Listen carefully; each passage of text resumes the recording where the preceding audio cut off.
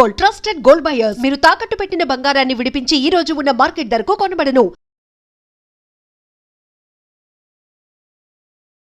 కృష్ణుడు క్యారెక్టర్ లాంటిది అయింది. ఇందులో హీరోయిన్ ఏమన్నా సపరేట్ అదో క్యారెక్టర్. ముద్దు సన్నాసి పాట దాంట్లో ధర్మరాజు క్యారెక్టర్ నాకు ఇచ్చారు. భీముడేమో ప్రసాద్ బాబు, అర్జునుడేమో చిరంజీవి గారు, నకులు సహదేవుడేమో పేరు లేదు గుర్తులేదు వాళ్ళు. ఆ సినిమా అప్పుడు ఇక మేమందరం 5గురు అన్నదమ్ముల్లా కలిసిపోయాం అనమాట. వాళ్ళందరూ నన్ను అన్నయ్య అని పిలిచేవారు. నేను వాళ్ళేమో తమ్ముడు క్యారెక్టర్ కాబట్టి పేర్లతో పిలిచేవాడిని. అలా చేసి షూటింగ్ లేకపోతే అందరం కలిసి సినిమాలకు వెళ్ళిపోయేవాళ్ళం. ఈ మేము 5గురు కలిసి సినిమాలకు వెళ్ళిపోయేవాళ్ళం. ఇది వచ్చేసరికి బయటకు వచ్చినప్పటికి అప్పటికి మంచి రైజులో ఉంది నా ఇది కెరీర్. మీరు బయటికి రాగానే అందరూ వచ్చేసి ముగేసేవారు, సంతకాలకి ఎంతకాలు అనేవారు, షేక్ హ్యాండ్ లేనివారు. ఇవన్నీ చూస్తుంటే ఒక రోజు అన్నాడు చిరంజీవి గారు.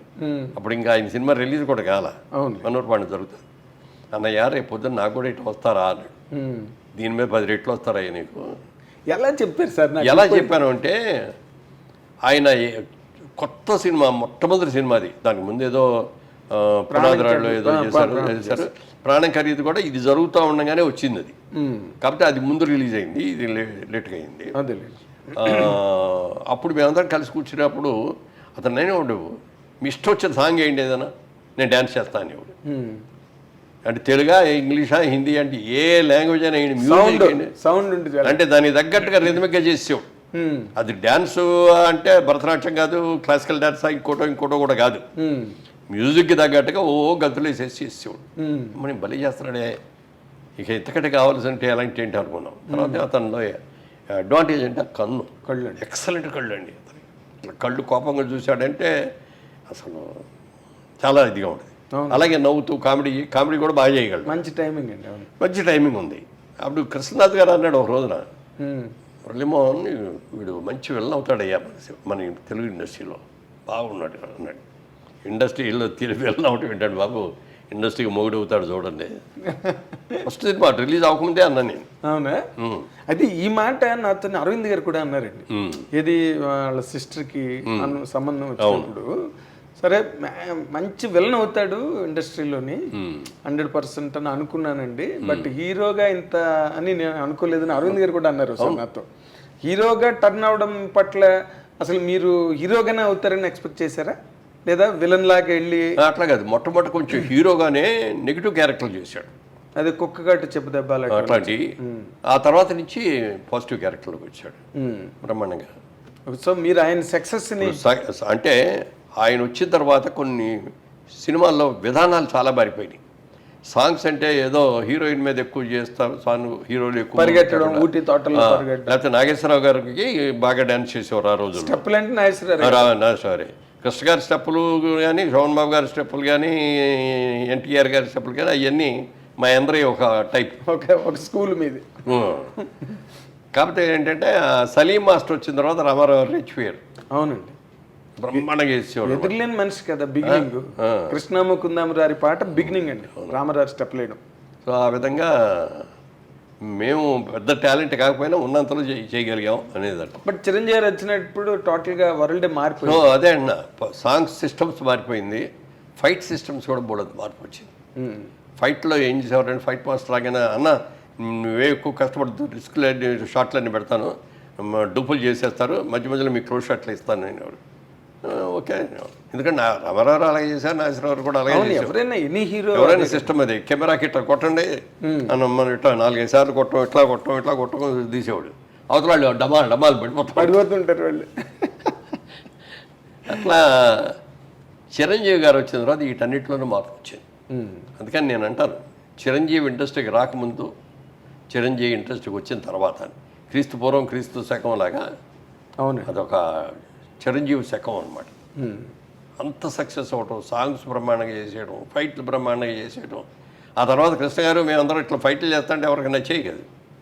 అవునండి, అవన్నీ ఏంటో తేలిపోయాయి. చిరంజీవి గారు వచ్చి ఫైట్లు చేసిన తర్వాత ఇంకెవరు డూప్ అంటే కూడా ఒప్పుకునేవాడు కదా.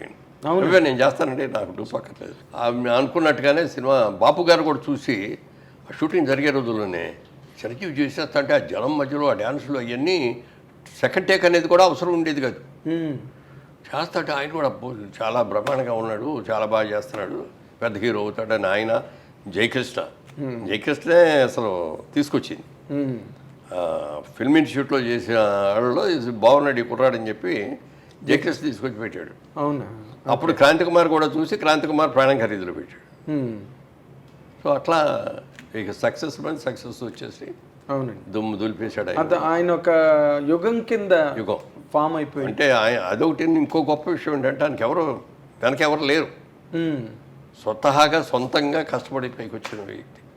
అంటే ఇక్కడ ఒక్క పాయింట్, మీరు ఒక 50 ఏళ్ల సినిమా పరిణామాలన్నిటికీ కర్మసాక్షి మీరు. అంటే మీరు అన్నిట్లో ఉన్నారు, ఇందులో లేరు, అన్నీ మీకు తెలుసు, బట్ మీకు ఏమీ తెలియనట్టుగానే ఉన్నారు ప్రతిదీ.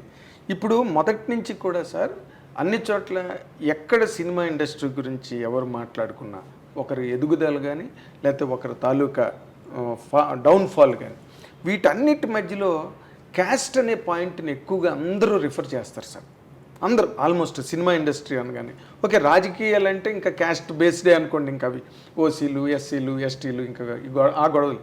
సినిమా ఇండస్ట్రీకి వచ్చే వరకు ఇది ఎంతవరకు కరెక్ట్ అంటుంది ఈ రూమర్ కానీ ఈ ఆరోపణ కానీ సినిమా పరిశ్రమ మీద? ఎందుకంటే మీరు ఒక వర్గం, చిరంజీవి గారు ఇంకొక వర్గం. బట్ చిరంజీవి గారి గురించి మీరు ఇంత గొప్పగా మొదటి నుంచి మాట్లాడారు, ఏం సార్? ఆయన రేజ్ కూడా అలాగే అందరూ ఎంకరేజ్ చేసి ఆయన తలని పట్టుకున్నారు. ఈ ఆరోపణ ఎందుకండి సినిమా పరిస్థితి? నాకు తెలిసినంత వరకు మెడ్రాస్లో ఇండస్ట్రీ ఉన్నంత వరకు ఏ రోజున కూడా క్యాస్ట్ ఫీలింగ్ అనేది లేదు అక్కడ. నువ్వేం క్యాస్ట్ అనేది ఎవరికి తెలిసేది కాదు. ఫలానా పేర్లు చెప్పుకున్నా ఫలానా డైరెక్టర్ అని చెప్పుకునే వాళ్ళేమే తప్ప ఇదిగో ఇతని ఈ క్యాస్టాడు కాబట్టి మనం చేయాలి అనేది ఇట్లాంటివి ఉండేవి కదా అసలు. ఓకే. హైదరాబాద్ వచ్చిన తర్వాత అది ఈ రాజకీయం ఇక్కడ అందరూ కూడా ఇది కదా. మెడ్రాస్లో ఉన్నంత వరకు ఏంటంటే సినిమా వాళ్ళందరూ ఒక గ్రూప్, ఒక family irrespective of the caste. Gents కలిసేవారు, లేడీస్ కూడా, ఫ్యామిలీ లేడీస్ కూడా వాళ్ళు కూడా చక్కగా కలుసుకునేవారు. ఎందుకంటే ఏ ఫంక్షన్ వచ్చినా మన సినిమా వాళ్ళందరినీ పిలుచుకునేవాళ్ళం. అందుకని అందరూ అసలు ఎక్కడ ఎవరికి కూడా క్యాస్ట్ అనేది తెలియదు అసలు. ఇక్కడికి వచ్చిన తర్వాత పొలిటికల్గా కూడా అప్పటికే క్యాస్ట్ స్టార్ట్ అయిపోయి, అంటే అప్పట్లో కూడా తెలుగు సినిమా ఇండస్ట్రీలో చౌదరీస్ దే డామినేషను, లేకపోతే ఇంకొక కులం వాళ్ళని రానివ్వకుండా అడ్డు పెట్టారు, కొంతమంది తాలూకు ఎదుగుదలను ఆపేశారు అని కొంతమంది జర్నలిస్టులు ఇటీవల రోజుల్లో యూట్యూబ్లో మాట్లాడుతున్నారండి. పెట్టారు గారండి. అసలు నిజంగా అదే మాట మీరు అన్నట్టు జరిగినట్టే ఇవాళ రోజున ఎవరో వచ్చేవారు కాదు. మరి సినిమా ప్రొడ్యూసర్లు ఎక్కువ 75% చౌదరీస్ ఆర్టిస్టు, మెయిన్ రామారావు, నాగేశ్వరరావు, సోహన్ బాబు గారు, కృష్ణ గారు, మీరు అందరూ. అవును.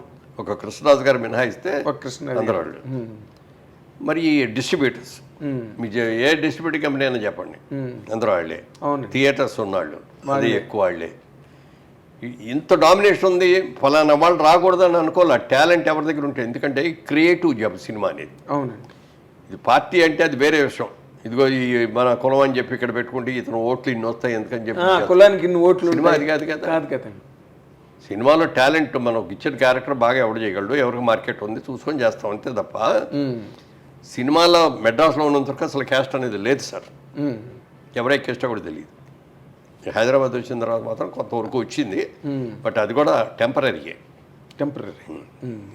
ఇప్పుడైనా ఎవరికి టాలెంట్ ఉంటే వాళ్ళకి ఇస్తారు. అదేనండి. అసలు ఇప్పుడు విజయబాబు రెడ్డి గారు నేను అన్నాను అనుకున్నాం, మేము అందరం ఒక్క ఊరి నుంచి వచ్చాం, మేము ఇద్దరు రూమ్మేట్స్, అంత క్లోజ్. బాపిరెడ్డి గారు మీరు మరి అన్ని సినిమాలు చేశాను ఆయన దగ్గర. అప్పుడు 6-7 సినిమాలు చేశాను.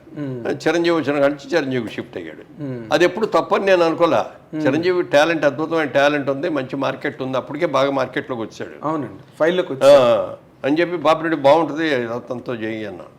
నేను కూడా అట్లా ఈర్చిపడేవాడిని. అతను మన కులం కాదు. అయితే బాపిరెడ్డి గారు ఇదేంటి, అది అతను కాపు, మనం కమ్మ కదా, ఇదేంటి అని అన్ని ఉండేవాడిని. నన్నే పెట్టుకోను, నేను నన్ను వదిలేసి అతను పెట్టుకుంటామంటే అనలేదు కదా. అవునండి. మనకు ఏంటంటే సినిమా ప్రొడ్యూసర్గా తెలుగాడు ఎవరైనా సరే సినిమా హిట్ అవ్వాలి, నటించగలగాలి కదండి, పెర్ఫామ్ చేయగలగాలి కదా. ఇప్పుడు ఎన్టీ రామారావు చౌదరి అయినంత మాత్రాన్ని ఆయన అందరూ ఆరాధించలేదు. అదే కదా. కృష్ణుడిగా, రాముడిగా ఏ వేషం ఇస్తే ఆ వేషాన్ని ఆరాధించారు రామారావుని.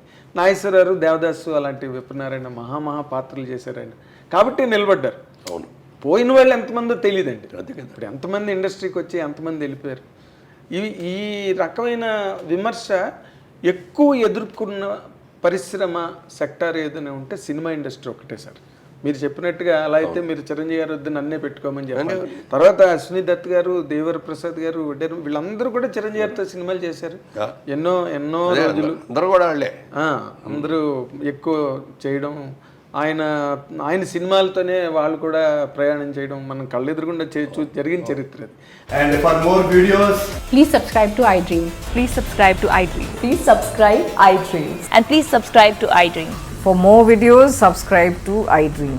please like, share and subscribe to the channel. Congratulations, iDream. Subscribe to iDream. Subscribe to iDream. So subscribe to iDream Media. iDream ki iDream team andarki huge congratulations. Please subscribe iDream Media. Please subscribe to iDream. Subscribe iDream. Please subscribe to iDream. iDream అంటే నా కళల channel subscribe చేసుకున్న నోరు తిరుగుతలేదు, మీరైతే గంట గుర్తు కొట్టండి. For more such videos, please subscribe to iDream.